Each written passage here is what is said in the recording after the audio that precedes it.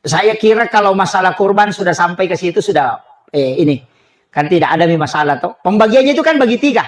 Satu bagian untuk sedekah, satu bagian untuk yang berkurban, dan satu bagian untuk hadiah.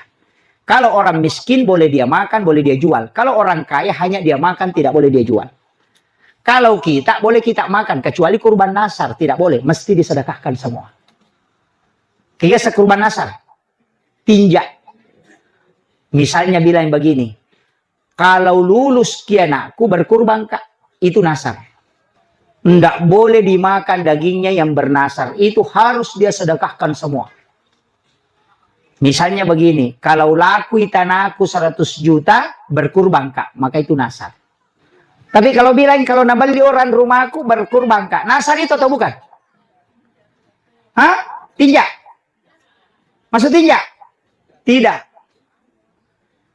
Kalau nanti padiku naik gini berkurban kak, itu bukan nasar, itu niat.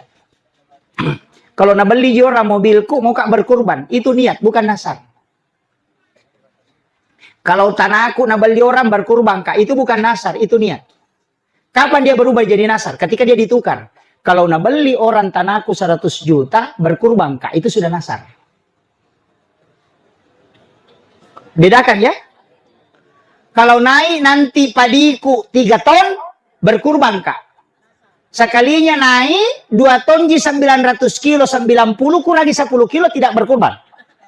Sebab kurangi 10 kilo lah seke. Iya.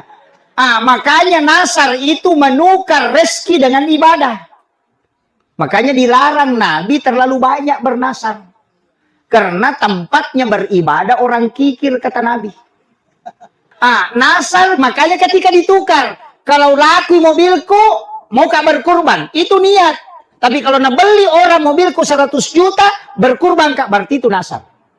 Karena mentarget rezeki untuk ibadah. Bedakan ya. ini penting karena kadang orang tidak tahu bilang mana nasar ini mana niat. Ini penting.